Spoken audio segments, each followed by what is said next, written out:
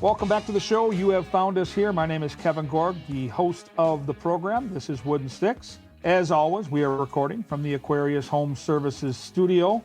And as always, we appreciate you taking the time for a little hockey conversation. And today on the show, with the Edmonton Oilers in town this week facing the Minnesota Wild, longtime broadcaster up in the oil country, a dear friend of mine, Bob Stauffer. He's a part of their television broadcast on Sportsnet. Has a daily radio show called Oilers Now up on 880 up there in Edmonton, and as knowledgeable an analyst as I've ever come across in my near 2 decades on the beat. The passion this guy has for hockey is second to none.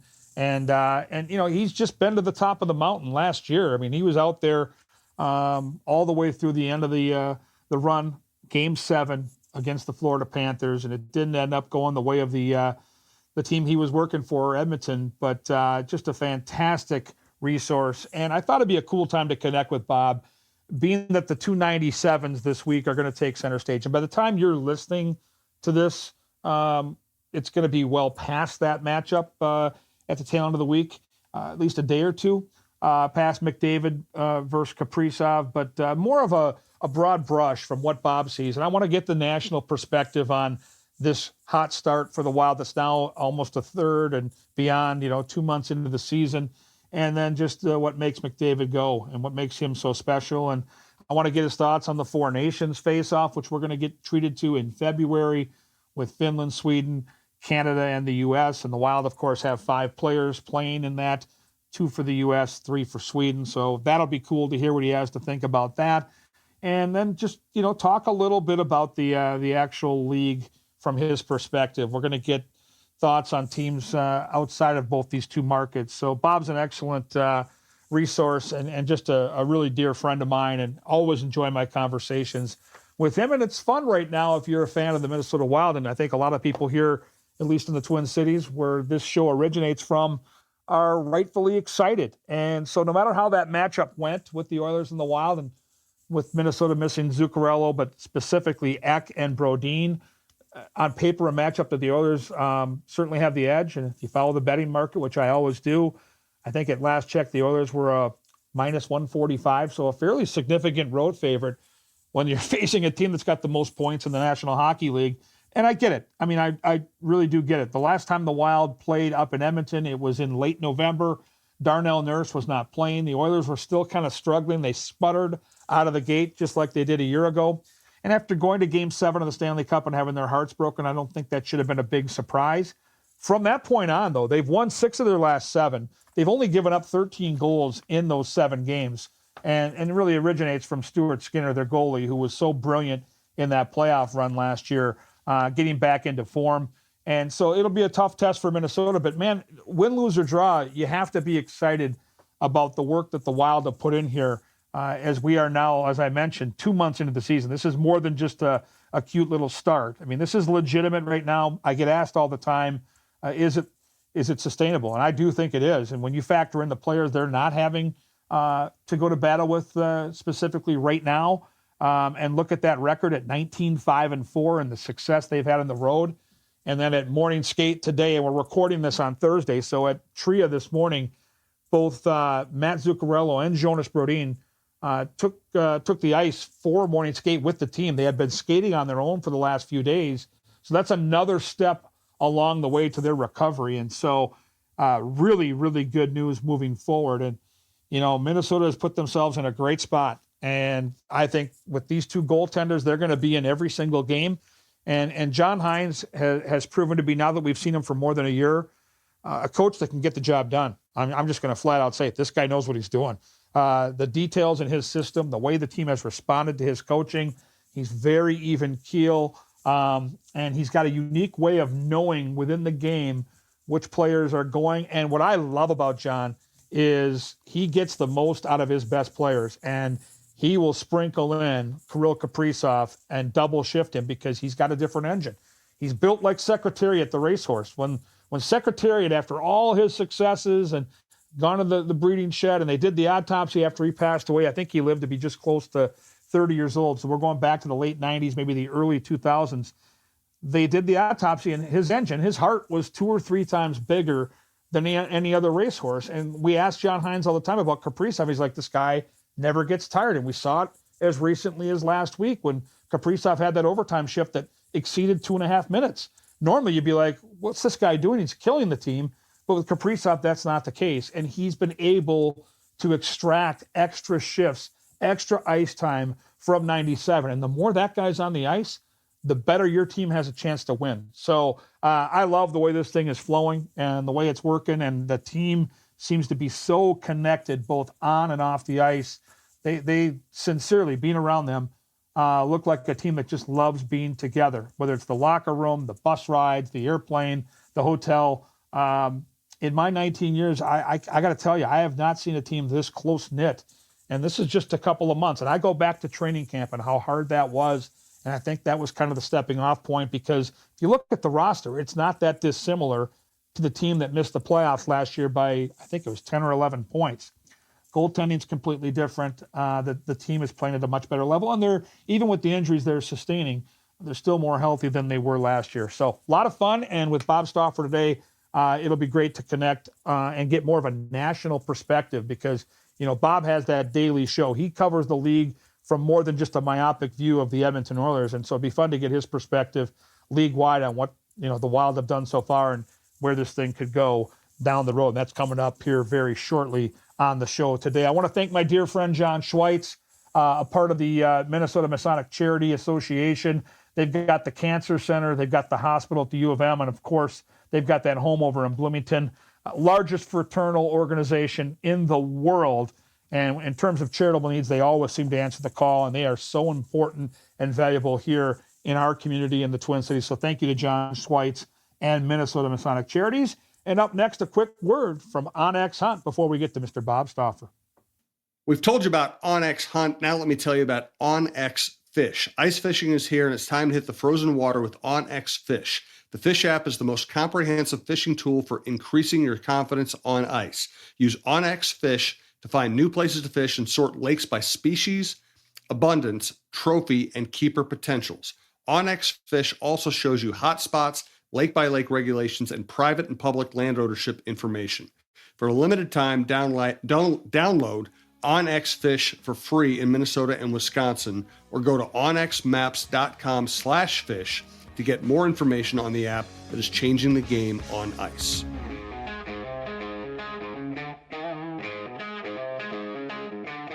All right, welcome back to Wooden Sticks, recording today from the Aquarius Home Services studio, and very excited for our next guest. He is a longtime analyst, panelist, and radio show host for TV and radio up in Edmonton with the Oilers. My friend, the hockey whisperer, as we call him in Minnesota, Mr. Bob Stauffer. You're far too kind. I don't often get called a friend, and the hockey whisperer. I mean, that leads people to believe that I can fix problems, kind of like the horse whisperer in Robert Redford. And Robert Redford's still looking better than me, and he's in his 80s. So that's all you need to know. Nobody sounds better than you, and nobody knows more than you, and that's why you are and will always be the hockey whisperer. And, you know, I just think about the ride you've had recently. We're going to get into where it all started, how long you've been doing it, but to have a Stanley Cup run in a hockey-crazy market like Edmonton, and you guys have won the Cup, and so you've been down that road before, but how much fun was last year? Well, it was fun, but it was a crazy ride. Like, you think back to, you know, a team starting 2-9-1. Jay Wincroft having a, .630 winning percentage, and he gets relieved of his duties. And then the Oilers, mainly because they didn't play Minnesota, because Minnesota's owned them. But, Edmonton goes 24-3 over a 27-game span, and we started to see what they could do. But they've been traditionally, Kevin, a second-half team. And then in the playoffs, I mean, they'd played LA 3 years in a row. You could see the improvement with the team in the 3 series. They were more comfortable, playing playoff hockey against Vancouver. 3 separate times they trailed in that series, came back and won. It was a heated rivalry between, their fans and the Oilers fans. Dallas on paper was probably the favorite, and Stuart Skinner outdueled Jake Ottinger in that series. And then, there's really and I don't even know if the team's over it yet, to be honest with you. You're down 3-0 to Florida in the Stanley Cup final. and then they just walloped them in games 4 and 6, and were better than them in game 5 as well, and rallied and forced a game 7, and they just didn't get the bounce. I mean, I'll give Florida credit. Edmonton, I thought, might have been outplayed a bit in the first, but the Oilers outplayed the Panthers in the third, and you lose a 6 or 7 game series in hockey, and usually it's a bounce. Like Dallas could have beaten Edmonton with a couple breaks, and the Oilers with a couple breaks, maybe they beat Florida. That's the way it works. The last 3 years, second most amount of playoff games played in the National Hockey League. It has been a fun ride, but with that's come great expectations for this season as well. And like last year, Bob, the Oilers got off to another slow start. And to your point, you could almost see it coming off the emotion of that long run into the summer. But since we saw you in late November up in Edmonton, they've rattled off 6 out of 7, and their goaltending's come around. They look like a completely different team. What do you think has changed? Well, I do think one of the differences under Chris Knobloch, and I've known Chris, I did his games back at the University of Alberta in the late 1990s. In fact, I saw Chris play as an Edmonton Oil King in the mid-1990s. Edmonton Ice, actually, at that time. I think Chris has done a better job putting in defensive structure and process and eliminating scoring off the rush chances. Now, for whatever reason, and I know we'll get more into this, the Oilers have not matched up well against Minnesota, especially here in St. Paul in this building. But Edmonton's way better defensively now than they've been. Maybe all the way back since the 01-02 season. That year, the Oilers finished second in the league in goals against. They missed the playoffs, but they finished second in the league in goals against. The Oilers are 8th in the league in goals against right now. They were 30th through the first 5 games of this season. So they've shaved the goals against. Their penalty killing is still in the mid-20s, but at one point it was sub 60%. And they're on a 26 out of 28 run here in the last 13 games. So usually your goalie needs to be your best penalty killer. So, they're defending better. They are not the same high-octane offense they were from a couple of years ago. They don't have the same pace of attack that they had last year. They're a different team. They're not done building their team. There's going to be at least 2 more moves made. But they got a good team that's learned how to win and learned how to win in the playoffs over the last, and had some heartbreak. They've lost the last 3 Stanley Cup champions. They lost to Colorado in the conference final in 22. They lost, Colorado won the cup that year. They lost to Vegas in a heated 6-game series in 23, where they badly outshot the Golden Knights in games 5 and 6, but lost the series. Vegas went on to win the cup, and we all know what happened last year in Florida. So, they've played a lot of hockey, and I think it was hard for them to start the year. I think it was a little bit predictable. And they also lost some of their identity about what made them a unique team last year, and that slowly started to evolve to a new team this year. And what's incredible is, even with the slow start, I follow the betting markets here in the States. We've got FanDuel and DraftKings are the 2 biggest markets, and they have been the favorite all the way through the summer, all the way through the first 2 months of the season. The betting market has not backed off on their affection for the Edmonton Oilers. So if you go to bet a Stanley Cup winner right now, the lowest odds on the board are 8-1, and it's your club. It's the Edmonton Oilers. So they clearly have, between the high-end talent, the depth, and the experience to get the job done. And so I think tonight's an interesting measuring stick, because you're right. The Wild have had the Oilers' number, but I think it's predicated around 2 things. Number 1, Jonas Brodin on the blue line, and number 2, Joel Eriksson Ek at that center position in the middle to defend him. They don't have either one of those guys tonight, which I think gives Edmonton a huge edge on paper this evening. So I was talking about this, Kevin, with Louis DeBrusque this morning, because Louis does, my show, and on a game day like today, I pre-tape him here at the rink. And we've been coming here. I started doing the radio. He started doing the TV 17 years ago. Okay? And the Oilers have won 17 of 51 games between these 2 teams since the start of that 08-09 season. Wow. But more importantly, since the pandemic, since Edmonton was in the Scotiabank North Division, the Oilers finished second in that division during the regular season. So we started playing, full league schedule again the next year in 21-22. Edmonton's 2-8 against Minnesota, and they've been outscored 44-27. Like, it has not been close. I think this has been a tough, I think Minnesota's had a good team, competitive team that can defend. They are physical, and you know, and then you mentioned those two guys, and the irony of those two players. You know the story. Had the Oilers not traded the 16th overall pick in the Connor McDavid draft in 2015, they were taking Joel Eriksson Ek at 16.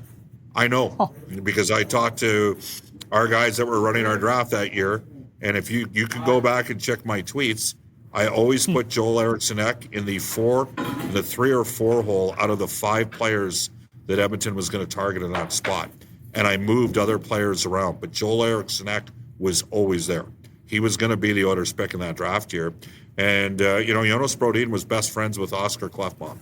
They were both out of Farstead back in that 2011 draft when we were actually here in St. Paul. That was the Nugent-Hopkins draft year. And the Oilers, it's amazing really with what happened with Ken Holland, because he came in and Ken had the second best record in the West over the last 5 years, but he lost Klefbom to retirement. And then Adam Larson had a brutal family tragedy that altered his time at Edmonton. And it was just, I think, best for Adam that, unfortunately his father passed away in Edmonton after a 30-hour flight day. And they lost those 2 of their top 3 defensemen and we're spinning out of that. So it's ironic that you mentioned, Eriksson Ek, who's a great two-way center. I mean, he's Patrice Bergeron light right now in the NHL. And then Brodin's one of those guys that can skate and angle and flat out defend against a guy like Connor. So it will be a different matchup tonight for Edmonton against Minnesota. And I love picking your brain when it comes to draft and draft value. And we're going to get into the 2 guys that are wearing number 97 on the ice tonight. But in your mind, when Chuck Fletcher found Kirill Kaprizov back in 2015 in the 5th round, and I get it. At that time, there was no guarantee he was ever going to make it to the NHL or the States. He might just stay and play in the KHL. But as far as value goes, looking back now, do you know of a better value than Kaprizov in the 5th round? Well, I think you'd have to go back to like Datsuk, right, and Zetterberg. Like the Red Wings got those guys in the 6th and 7th round. I mean, and one thing about Bill Guerin is he'll always recognize that he inherited some of these picks. I mean, he had a hard decision to make and a hard financial call to make with ownership when he elected to buy out Studer and Parise when he did. So what's amazing about what the Wild have accomplished this year is they're not playing with an $88 million cap. They're playing with a $73.5 million salary cap. But the team has an identity. And so in Kaprizov's case, I'll be frank with you, I didn't think he'd be this good. I'd like to be Paul Theophanis in about a year from now because he's got him. And Paul's an interesting guy. He's you have agents with lots of different experiences, and Paul is he's about as bright as you get in the business, and has had a history of representing several successful Russian players. So that's going to be a real intriguing one for Bill and the Wild to navigate, because let's face it, Kaprizov is one of the best 5 or 6 players in the world right now. So great pick. As for the other 97. It wasn't an accident, Kevin, that Chris Knobloch in 2012-13. Connor was an exceptional player that year. And I called Chris within a couple days of him ending up there. He'd previously coached Kootenay in the WHL. And I said, how good is this McDavid guy? You're watching him every day in practice. And he's like, Bob, I had Sam Reinhart, who is spectacular as a 15-year-old in WHL. I've never seen anything like this guy. I think, Wayne Gretzky kind of had to prove to the Eastern media specifically how good he was. And he went into Toronto in his rookie year in 79-80, and he had a 6-point night. That's not the case with Connor. He's just so explosive. The simplest way to explain it is Connor McDavid is the most advanced player we've ever watched in the history of the National Hockey League. We've never seen a guy that fast, that talented before. And the only reason why he hasn't won, and I work for the Oilers Entertainment Group, is they just haven't been able to. Hockey's a different sport. It's a team. If you have exceptional defense, you can offset. brilliant offense, and then you got the goaltending factor. But he's been darn close, and we're lucky to watch our guy every night. We're lucky to watch Connor Henley on every night, and you guys are obviously lucky to watch Kaprizov with an emerging star in Boldy as well. And it's funny for all of us in this market, Bob. We grew up at least years ago. Most of us at a certain age here watching Mike Modano, and when Mike was a rookie with the Minnesota North Stars, I had never seen a player that would actually accelerate while possessing the puck, and he was impossible to defend through the neutral zone and into the attack zone because of it. His jersey was flapping in the wind there at the Met Center.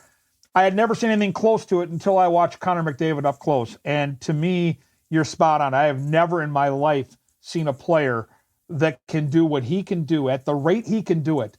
The game slows down for the great ones, and I just can't believe the velocity he's able to play with while making those unbelievable plays with his hands, with the puck. And to me, that's a different level than anything I've seen. I didn't think I'd see it after watching Modano. Well, it's funny because, I grew up with a guy named Craig Lupul, whose son Joffrey played for the Leafs and the Oilers in Anaheim. And he loved Mike Modano for the exact same reason that you talked about. Like, that was his favorite player as a kid. But, as good as Mike was, he didn't put up the numbers that Connor did. And the crazy thing is, I'll tell you a little secret. Like, Connor and Leon, they get jacked to play Pittsburgh. Okay, they've got Crosby and Malkin. That's the team those guys get up to play in the regular season. The Oilers have won 7 straight games against the Penguins and outscored them 37-9. But even against Pittsburgh, and there's been a couple games that have been 5-0 after 2 periods.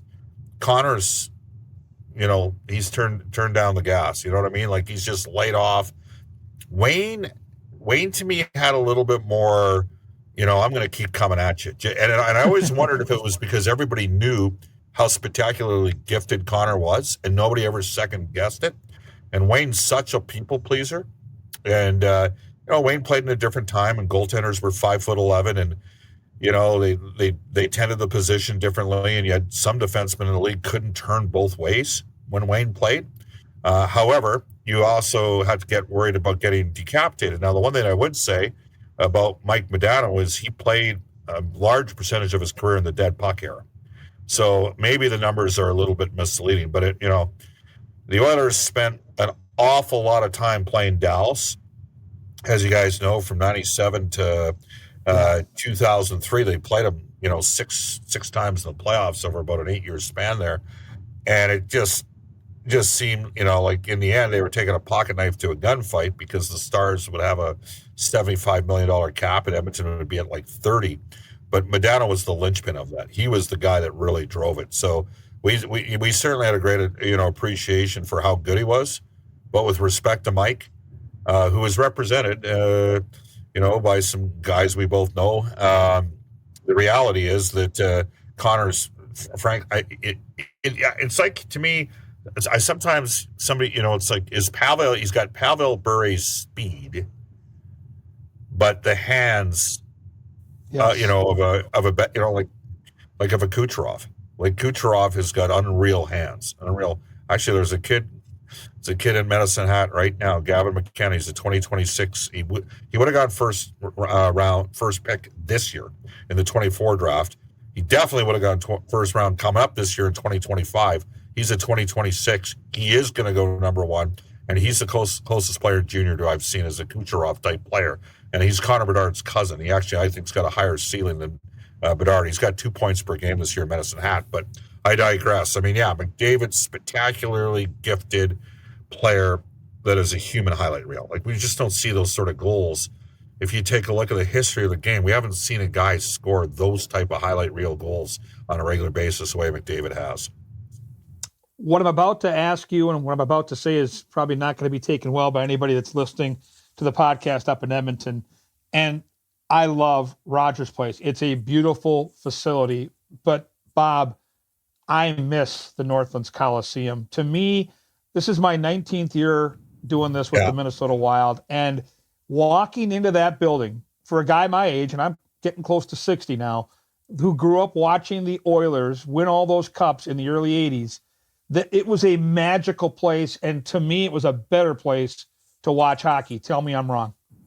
Well, you're wrong. And I'll tell you why you're wrong, because it was limited in terms of the horsepower that it could bring. And I mean, I think you know the story.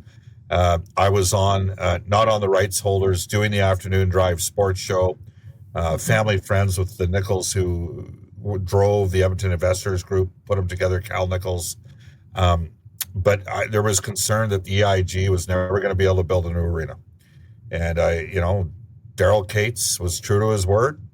And the Oilers' valuation has gone up from being out of 30 teams at the time, maybe the second or third least valuable franchise in the National Hockey League, to being a top 6 franchise. And and think about that, in a small market franchise relative to the NHL. Yeah. And it has been it is not inexpensive to go to games in Edmonton. Okay. I will tell you that right now. If you were to delve into the numbers, it might surprise you where the Oilers actually rank. Going to the final last year, what they were able to accomplish in terms of the playoff drive and how that helped. I know Brian Lawton brought that up on our show the other day, that Edmonton was, people focus on Seattle and Vegas helped driving league revenue and getting out of Arizona. He said, but there's another team that's completely flipped the script on, being a team that used to pull money out of the Canadian Assistance Program from 2000 to 2004 to a team that's been a revenue contributor in a revenue sharing, with the exception of maybe 2 years since 05-06. And one of those years is when the Canadian dollar was around 62%. And that happened to coincide with the last year of Rexall Place. Wow. In terms of the pure fan experience or where you sit broadcasting from, yeah, Rexall Place, which was named after the company that Edmonton Oilers current owner Daryl Cates owned at the time. It was a good viewing location, and it had energy and it had history. But the ice was starting, it was an old plant. The ice wasn't as good as it once was, and it was limited in terms of the horsepower that it could bring to a club. And now the new building's got everything. It doesn't just have the best dressing room in the league for the home team. It's got the best dressing room in the league for the road team. It doesn't just have, right? It's got the best dressing room in the league for any major junior team in Canada. It's got the best visiting major junior dressing room in the entire league as well. Like, it can do, it's got a practice facility adjacent to it. It is big.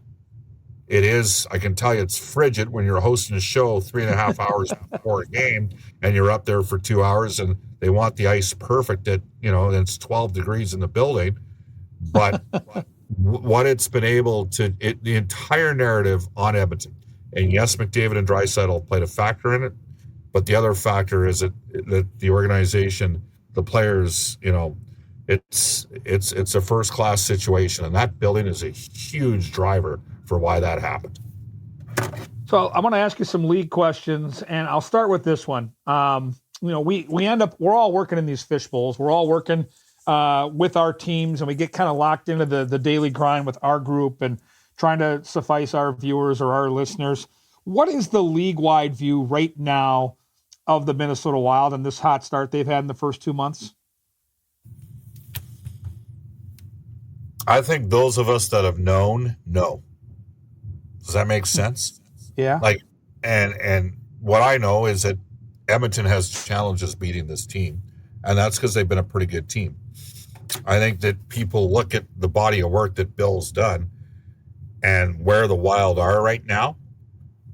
It's pretty impressive, given what he inherited. Now, got a home run with Kaprizov. Did he draft Boldy, or was that Chuck? That was Paul Fenton. That was Paul Fenton. That was the tweener year in between, right? Yep. And it was, remember the big the discussion at that spot, because both were available, was Cole Caulfield or Matt Boldy.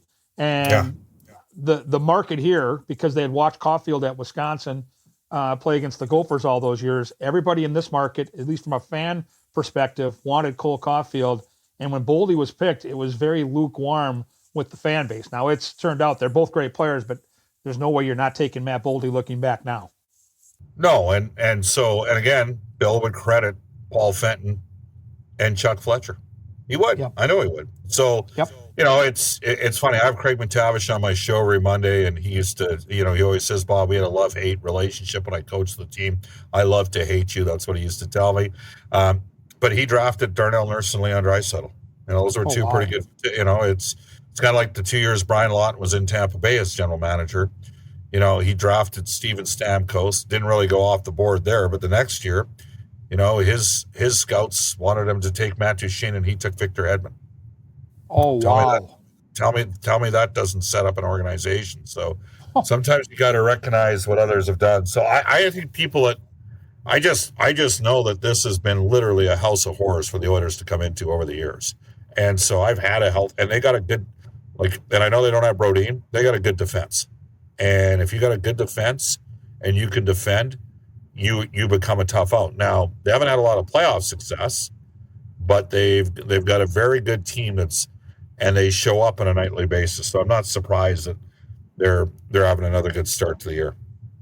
What is going on with the Nashville Predators? I think and again, I do follow the betting markets. They were the fashionable pick in the summer, Bob, especially at the tail end of the summer after they added Stamkos, Marchessault. Their blue line got a little deeper with Brady Shea.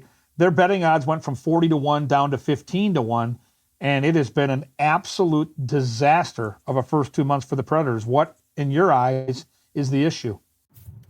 How does Minnesota play against Nashville, by the way?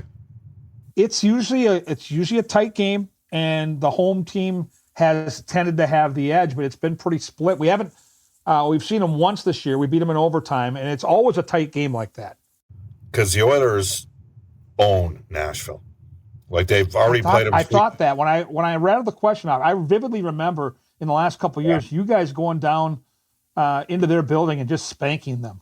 Yeah, like Leon Draisaitl has got something ridiculous, like 20 goals in his last 20. It might even be in his last 13 or 14 games against Nashville. So Edmonton's beaten Nashville 3 times this year. What I notice, you need strength down the middle. So you need goaltending, you need defense, and you need centers. So Edmonton's got the centers because they're coming at a 1-2 punch, McDavid and Draisaitl. And if they need to deviate, they can slide Nugent Hopkins to center and still play Leon on the left wing there in the second. I mean, at some point this year, we might see McDavid, Draisaitl, and Nugent Hopkins at center, right? And I watch in Nashville, and O'Reilly at this stage in his career, on a good team on a bad team, he might be your second line center, and on a good team, maybe he's their third line center. Right. He's a great defensive centerman. 4 years ago, all day, he was on a bad team, a first line center, and on a good team, a second line center. And I watch them now, and I think they're light in the ass at center. And they spent their money on the wings. But you got to spend your money at center, defense, and in goal. And even in goal, I would debate how much money you spend, because to me, goaltenders are like relief pitchers. Unless you have, the Mariano Rivera of goaltending. So who would that be? Unless you have Shesterkin or Vasilevsky. I don't know if you're spending big money. You're better off. One of the things that Minnesota's got going for them is they pulled Brock Faber out of the trade. Was that Fiala that they got Faber in? Yeah, they got Faber and a first-round pick for Fiala, and there's no way they could have paid him. Home run, and they've already extended Faber, right? He got a 3-year extension recently. A lot more than 3. I think he got. What did he get? Did you get 8 times 8? Yeah. So and it was absolutely the right thing to do. Oh, yeah, you got ahead of it, and he's playing 23, 24 minutes a game, and came in second last year in the vote. So just that single trade. Look what it did for your organization here. You got a horse on the back end to go along. Spurgeon's healthy this year, and he's back, and he's always been it's hard to believe, Kevin, that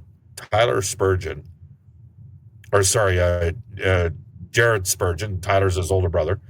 Correct. And Tyler Ennis and Jared Spurgeon were on the same Pee Wee team at Edmonton, and they got cut because they were too small. That must have been a hell of a Pee Wee team. Those guys both made it to the NHL.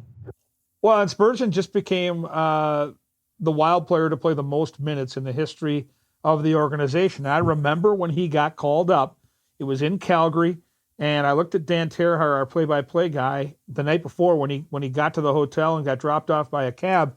I'm like, they got some stick boy here from Houston bringing a bag in, but I didn't see a player. And we're at the rink the next day for morning skate. And I'm like, that stick boy's on the damn ice. He looked like he was 12, and he played well that night. So I looked like an idiot. And he's obviously played well ever since. He never went back. Well, he plays defense differently than anybody else, right? Like he will let the forward get in, be the first to puck, but then he gets inside positioning on him, gets sort of inside his equipment a little bit, and then wins the puck battle, and then he can make a play, and he's smart, and he's a guy that can think his way around the ice. So, I mean, you've got Brodin, you've got Spurgeon, you've got Faber, and Middleton has turned into, he reminds me a bit of a modern day Jason Smith, who was the Oilers captain, who had some, certainly had a degree of physicality with him, but, his puck moving skills improved over time. And when the Oilers went to the final in 05-06, yes, Chris Pronger was fantastic. His defense partner was Jason Smith. And those two guys could play 25 minutes. Well, Chris could play 30. Jason Smith could play 25 minutes a game. So Minnesota, because they're good on defense, and now they stepped up and nutted up and made a trade, which I still don't understand from Columbus's perspective. They're probably going to add another D here, during the course of the season. The Wild are deep in that position, and if you're deep in that position, look out. It's funny you brought up the Bill Guerin move with Fiala to LA, which to me is the best move he's made, and he's made a few. But the other move that doesn't get talked about enough, and you just brought up the name Jake Middleton. He got Jake Middleton from San Jose for Kaapo Kähkönen, who, one of the nicest kids I've ever covered. In my eyes, he'll never be an NHL goalie. He's an American League goalie, and you've got a guy that's playing on your top pair, and a big part of Brock Faber's progression as a young player in our organization is the work he's done with Jake Middleton, who's an absolute stud. It's a remarkable deal that Billy pulled off. So, Kevin, in 2019 in January, the Oilers relieved Pete Chiarelli of his duties, and I listed 5 names for potential GMs. Now, remember, Ken Holland was the GM at Detroit at that time. Stan Bowman was the GM in Columbus at that time. But I listed Kelly McCrimmon, who was at that time the assistant GM in Vegas. I listed Bill Guerin, Norm McIver, Brian Lawton, and internally Keith Gretzky. The other guy that I spoke to some of our people about was Chris McFarland in Columbus. And at that point, he was in Colorado. He was no longer in Columbus. And so, but it was pretty clear I have Frank Cervalli on twice a week, Elliot Friedman on once a week, Pierre LeBrun on once a week. These guys are, plugged in guys. And it was pretty clear to everybody that Guerin, McCrimmon, and McFarland were all going to get their chances to be NHL GMs. And the Wild, in between the, late, when did Bill officially get announced as the general manager? This has to be year 5, right? So 20. Yep. Or later in 19 after the draft, I'm thinking maybe. I think you're exactly right. Yeah. So, it's funny how it all worked out. I mean, McCrimmon, I knew he was going to work. He was going to grind because my friends bought the Saskatoon Blades, and I told them if that number from Brandon comes in, just hang up because you're not going to win the trade. And it was sort of the advice of Kelly McCrimmon because he knew the WHL about as well as anybody. So Bill Guerin's body of work speaks for itself. And, he was a really good Oiler. He's part of one of the greatest trivia questions of all time. He was the second player ever to score 20 goals for 5 different NHL franchises. He ended up doing it for 8. Oh, Do you know who the first guy was that scored 20 goals for 5 different teams? You would never guess it in unless you knew the answer. You would not think of this player that way. Oh, I was thinking like a Brett Hull, but that's too obvious. Yeah, no. This guy had a song written about him and was a cult hero in Canada in the mid-'70s for some commercials that he did. But he was not a prolific goal scorer. But Eddie Shack was the first player to score 20 goals. Come on. Yeah. Oh, yeah. Unbelievable. And then I never would have got that. You're right about that. Yeah, no. And so we had Guerin in Edmonton with Doug Waite, 2 American guys. They loved playing in Edmonton. They were completely respectful of the market. and didn't look down upon it. And this was at a time in which the Oilers didn't have the same financial clout, and so they had to trade, Guerin and Waite, and that really sucked some life out of those Oilers teams of the late 90s, early 2000s. In your eyes, is it more a matter of when, not if, this group wins the Cup? And I'll follow up that question with the Stanley Cup seems to find superstars. You knew at some point Sidney Crosby was going to win a Cup. Before that, you knew that Taves and Kane were going to win a Cup. I feel like at some point it's just a matter of when. Connor McDavid is the guy to hoist the Cup. Do you agree? I hope so. I mean, what I will say is this: there's 32 teams now, right? Like I grew up. Yeah. You and me are roughly of the same vintage, okay? And yep. I grew up watching the Oilers of the 80s, and they went in year 5 in the NHL, but they ended up with 7 Hall of Fame players. Like this team in Edmonton, my guess, possibly 3 Hall of Fame players, albeit 2 of the top. Well, I mean, McDavid, Draisaitl, maybe Bouchard, if he completely puts. I think Bouchard could be a consistent 80-point defenseman for a 7 or 8 year run. You do that, you're probably going in the Hall of Fame. So for sure, I can tell you, Nurse is really elevated here in the last 3 weeks since coming back. I love him as a player. I love him, Bob. He's played a lot better. He had he was injured during the playoffs last year. Had a real tough series against Vancouver. But I don't know if he's going to be a Hall of Fame guy. But I think Bouchard, just because he's going to put up the numbers. But that's 3 guys. Like the Canadians of the 70s, they had like 11 players on that team. And, now it's a different time. And I guess that's what I'm saying. The talent is more evenly distributed. Like, I'm sure Colorado's looking like what's going to happen with Mikko Rantanen this summer. And for Minnesota, obviously, total priority getting Kaprizov done 2 summers from now. I think he's done in 2 summers, right, on his 5-year deal. Well, they're going to have to sign him this summer if it's going to be a situation where the market doesn't open up. And I think that's what will happen. But until it happens, nobody here is going to be able to breathe comfortably. And we know the cap's going to go up, which, frankly, a guy that played in your market and still lives in your market, Brian Lawton, he's on once a week on my show, and he told us a year and a half ago that there was going to be a significant uptick in the cap because the cap is chasing league revenues. And so that's going to help. And we'll see what happens with, these players. I mean, Edmonton's got to get Bouchard signed this year and McDavid. Now, once Draisaitl did 8 times 14, 8 years at $14 million, I think most fans in Edmonton thought, all right, well, clearly Connor's committed to staying as well. Connor just wants to win. So to answer your question, I do think they'll win. I expect Edmonton to play in 2 of the next 4 finals. I don't know what year it's going to be. It's hard to win. I respect that how good the other teams are. Like if Dallas scores in game 1 of the conference final last year, when McDavid's in the penalty, in the box, he had a double minor for a high stick. If they win game 1, maybe they win the series. I mean, they outshot Edmonton 33-10 in game 6 in Edmonton, and the Oilers beat them 2-1. So.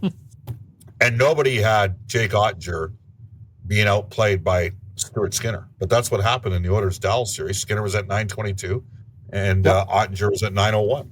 So it is a little unpredictable. If you had told me that Edmonton would have pumped the volume of shots that they did on Vegas in game 5 and game 6 a couple of years ago in that series, I would have told you the Oilers would have won. Well, here, Kevin, let's take it one step further. Florida scored 7 goals in the final 4 games of that series last year. Unbelievable. So if we're talking before game 7, and I tell you, Edmonton's won 3 straight games here, and Florida's only getting 2 goals, you would have said, Stauffer, Edmonton's going to win the Stanley Cup tonight. 100%. But that's hockey. That's the game. Like, it's so tight. It's just the way it works. I got to ask you before we wrap up here, we're getting to the final couple minutes. What are your thoughts on the 4 Nations face-off? Is this going to be something that's going to ignite hockey fans in both Canada and the States here? Is this going to really be what the NHL needs it to be, or is this just going to be just another step along the way? Well, we're taking a group from our show. We do these Oilers Now road trips. And I think we got about 35 or 40 40 going into Montreal. We went to Montreal last year in the regular season, so that's the only reason why we don't have more going, and we can only get 40 tickets. I think the U.S. is going to have a hell of a team. I think they're really good. Maybe, they're probably, they're certainly better in goal. And they've got some really dynamic defensemen. What Edmonton, the Oilers probably thought they're going to have 3 or 4 guys on the team. They've only got the one, McDavid. And what Canada has McDavid, McKinnon, and Crosby.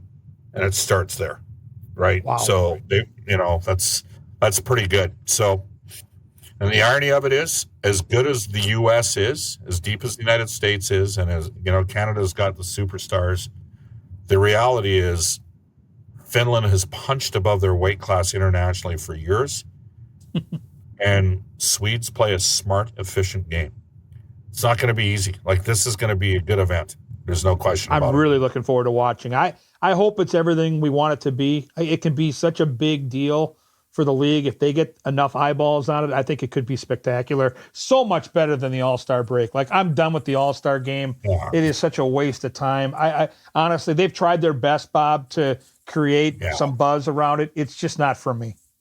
Yeah, they should do, an Olympics every 4 and a 4 Nations Cup every in between those 4 years, right? For sure. We're ready for it. We want it. Let's make the players some more money. Let's get the split between the NHL and the NHLPA on this, and away you go. Okay, we've come to the final segment. We call this the Hat Trick Hot Seat. No wrong answers here, just from the heart. Get to know Bob Stauffer just a little bit better. First question, Bob, is your very favorite road city to visit. And, we're not going to take it personal because it's below zero here and it's damn cold, and you come from a cold climate in Edmonton if you don't pick Minnesota. So what is your favorite road spot? Montreal. And I hate the politics in Quebec, but I love going to Montreal because hockey's a religion. It is. And it's the crowds there are knowledgeable. It's so funny between Montreal and Toronto. Toronto's so corporate, where Montreal, these folks are like in their seats, ready to go. And if Marc-Andre Fleury makes a big save in the first period, they show appreciation to the visiting goalie. It is old school. It is spectacular. If people haven't been to that rink, the Bell Center is worth the trip, right? Oh, yeah. Well, I'm an Albertan, and we have a version of revenue sharing between the provinces. It's called equalization payments. And Quebec's been pulling $10 billion a year out of Alberta for about the last decade. Like, a lot of my friends are not big fans of the province of Quebec, but we grew up, watching the Canadiens dynasty of the 70s and had nothing but tremendous amount of respect for it. And then to go there where, hockey's first and they know and love the game. And hey, we have McDavid on our team. So when he winds it up, you can feel that crescendo, and it takes you back to the days of Danny Gallivan. It's special doing a game in Montreal. Chicago, I will tell you, is a very good U.S. road city. Agreed. It's big city money with Midwest value. That's what I would say. That's what I'd say. It's got everything you can ask for. Sometimes we stay in Minneapolis. Sometimes we stay in St. Paul. And it depends a bit on where we stay here. And the cold is not an issue. I will tell you, today was colder here than it had been in Edmonton all year until tonight when we land. Until tonight when we land after the game. It's going to be as cold as it is here today in Minnie. All right. Now, if people are coming to Edmonton to watch the Wild, so let's say we've got some fans that are listening and they're going to make the trip up to see the Oilers and the Wild. Give us your best spot in downtown Edmonton for these folks to go have dinner.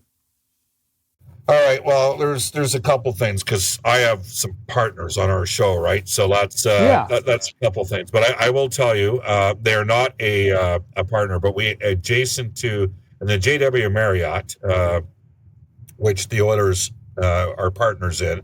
We have our own steak place called Braven, but there's also a Joey Bell Tower, and at any time you'll see visiting executives. It's literally less than 150 yards from the arena.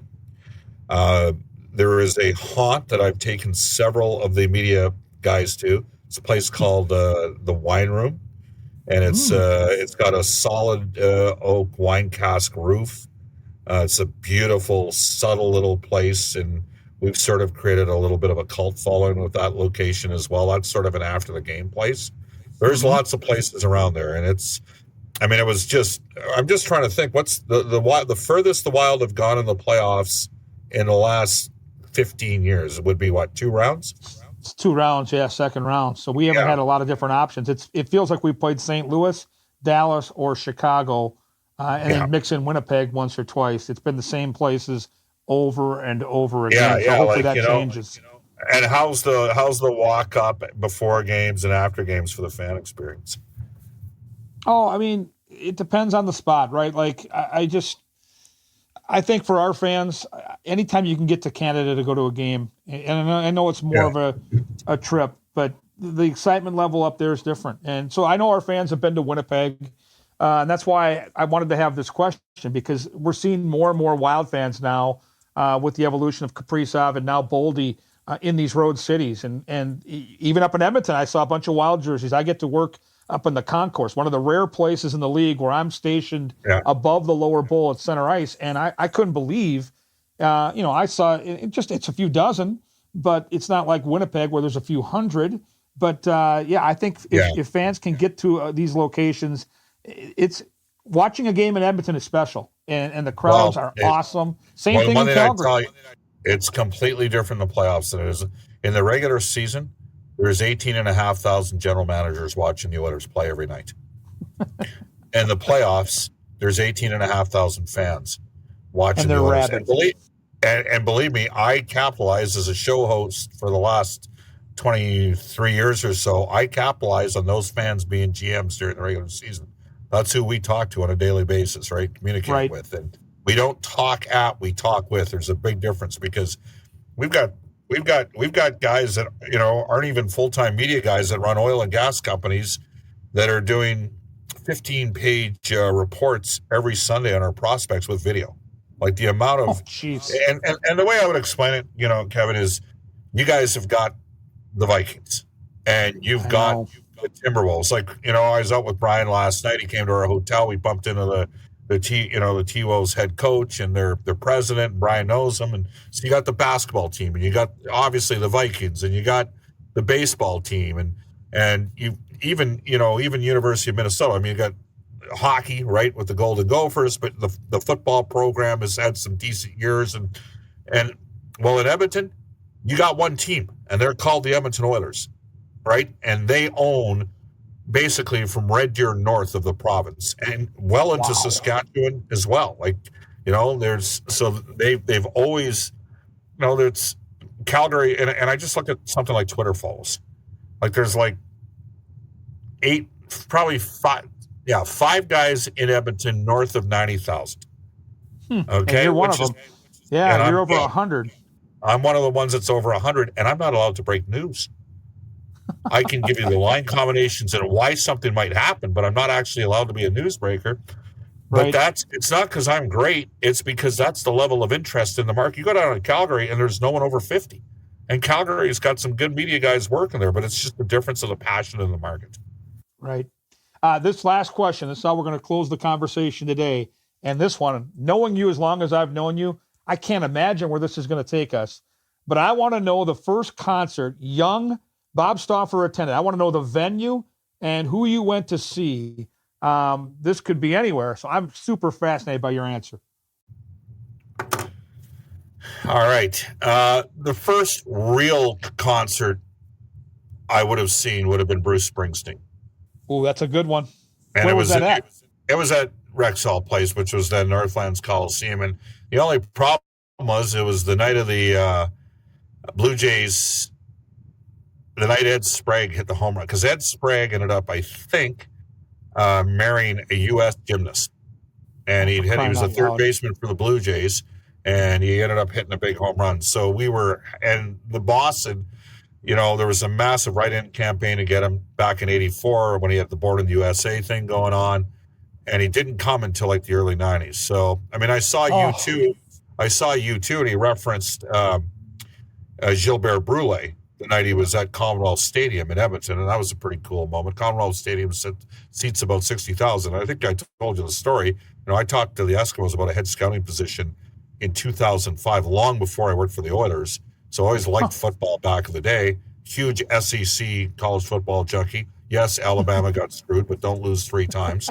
But I say all this, but I worked at a campus radio station for a number of years, and we brought in some pretty eclectic acts. And I will say that one of the coolest experiences I ever had, the Tragically Hip, and I know that Minnesota's so close to Canada that there's some appreciation for them. We had Gord Downey on our plane. He was a friend of Kevin Lowe's, and I used to plant trees when I was in university, and Gord had a relative do that job, and we ended up talking, and he was just incredibly humble. And of course, he passed away from brain cancer a few years ago. And that is always sort of, a lot of times when you're in Canada, you don't make it till you make it to the U.S. You make it in the U.S.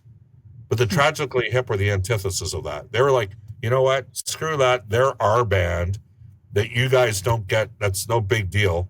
But in Canada, they are. They're sort of the preeminent Canadian band over the last 40 years. With all due respect to Nickelback. I'm half joking. I love Nickelback. And I'm unafraid to admit it. No, Nickelback sold more albums, but the Tragically Hip will always be, Nickelback had greater commercial success, but the Tragically Hip will always have a different, level of, identity for Canadians. So I've probably seen them the most before Gord died. I had Gord on my show. Kevin Lowe hooked me up with Gord. He was he was Harry Sinden's grandson. Of course. And he loved the Bruins, and he was desperate, right? And he wanted the Leafs to get Kessel. So it was during the 08-09, it was second year I did the game, so 9-10. Imagine that. You're on a plane, and the lead singer of the most popular band in Canada is sitting right next to your president. and he ends up talking to you. And then we have a band called Blue Rodeo, and Paul Coffey is best friends with their lead singer as well. So they were in Toronto 2 weeks ago. And that's who did the Mark Curtin event last week in Ontario.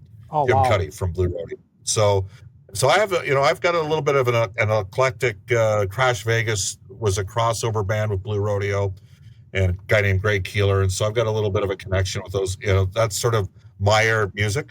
But the first big one I remember was definitely The Boss. And my first big show was in the early '80s at the Met Center in the North Star years, and Journey was the lead, and the warm up was a young upstart from Canada named Bryan Adams, who would go on to be remarkable, right? And so the tie to Canada was there at an early time for me. And I don't know if I ever told you this. I don't think I have. And we've known each other for a long time. But when I was the goalie on our high school hockey team and we went on the road and we had a victory on the road, our tradition on the way back from said road games was to celebrate on the bus with me leading the team on that little microphone at the front of the bus in a version of "O Canada," and I carried that over to my college days when we played at the State Fairgrounds Coliseum, which was this cavernous building, and this was D3 hockey. We drew maybe 300, 400, 500 fans at the most, but for practice, it just echoed in there and reverberated, and before practice, every single day, I go in the penalty box, grab the microphone, flip it on, and sing "O Canada." So when I'm up in your building and I'm taking that in, I am singing right along with those fans, and I get goosebumps every single time. It is the best anthem out there. You like "O Canada"? I got to tell you, I love your anthem. I'm partial to "O Canada."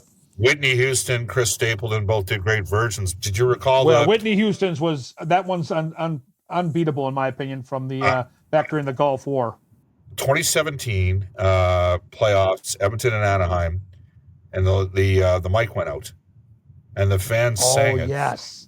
You can find that on YouTube. Yes. Without any assistance on the scoreboard. They knew the lyrics. They knew the look. Like I looked down on John Gibson's face and some of the guys on the and they were like, oh yeah, this would be, because you got to understand, like Alberta, because of the oil and gas, there's 70,000 Americans living in Calgary, right? Oh, good point. Good point. Right? Like there's always been, like basically Alberta, BC, and Saskatchewan, if we were to ever leave Canada, we would be amongst the wealthiest countries on the planet with those three. We've gone through a unique and challenging political time in Canada, but we're endowed with natural resources at a level that nobody else is.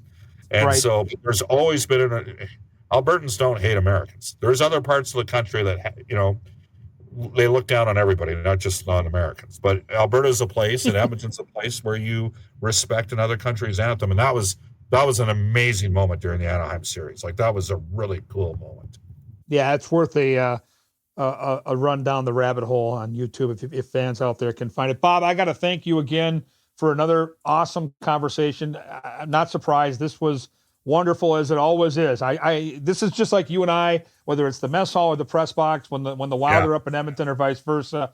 Thank you for taking time. I know you got a busy game day. You got a radio show and a broadcast to put out there tonight. So honestly, really appreciate you taking the time to join me today.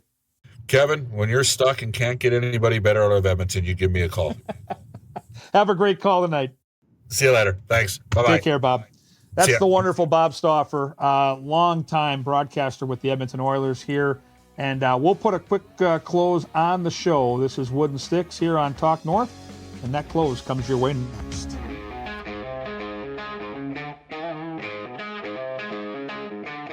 Well, that was the conversation I was hoping for, and I think you guys, as hockey fans, can sense the not just the knowledge, the wealth of information that Bob has, but the passion he absolutely has. And, when we're up in Edmonton, I've had a chance to be on his radio show a couple of times. I've watched their broadcasts, and they're all terrific. They just have a wonderful crew. And the way he explained it today, it reminds me of the Green Bay Packers. If you follow the NFL like we all do, and of course, if you're a Viking fan, my guy Alex, our producer, is a big Viking fan. You got to respect. You don't have to like the Green Bay Packers, but you got to respect it. It's the only thing they have, and it runs that whole area. The Oilers, it's a bigger area, obviously, but it's the same thing. Like, this is their team. And so they've had all those Stanley Cups back going to the Gretzky era in the early 80s, and now they've had a couple of really close calls in recent years and got to Game 7 last year, and you can just sense that they're on the precipice of getting it done with McDavid and Draisaitl, and maybe the most potent 1-2 punch in the National Hockey League. And so, yeah, it's always fun to connect with somebody that loves the game like Bob does, knows the game, and has been doing it for a couple of decades. So I think that came out today in our conversation, and it was really a good time. So thank you again to Bob for doing that. And once again, I want to thank you guys for the great feedback at Gorgamatic21 on X/Twitter. If you have a guest in mind, I've already secured our guest for next week. In fact, this is breaking news for Alex, but we're going to go back to 1980, a little Miracle on Ice conversation with a really fun guy in Bill Baker, and he was a fixture on that blue line for Herbie Brooks. And through our good friend Jimmy Jetlin, who was one of our very first guests on this show, we were lucky enough to secure Mr. Baker for the show next week. And so really looking forward to that conversation, because I'm going to be 58 here in February, and I have watched thousands of sporting events. Nothing has ever come close from a fan's perspective to me watching what happened back in 1980 in February. And so to have somebody that lived through it, and really it's not just that event, but it's the 40 plus years since. I was lucky enough to speak at an event with some of those players from the 80 team this summer, and they were giving up their time for a great charitable cause. And to meet Mike Eruzione for the first time, I was having a hard time getting the words out, to be honest. I hold them in such high regard. And so, going to be a fun show next week. And any other suggestions you have, we'd love to have them. And if you know anybody, maybe it's you, maybe it's a family friend, but we'd love to put your business front and center on our show and have you be one of our sponsors. To do that, you got to get a hold of the White Dog. Andrew Height, AHEYDT at talknorth.com. He is the man that can make that happen. Thanks again for listening, and we'll be back next week and talk a little Miracle on Ice here on Wooden Sticks.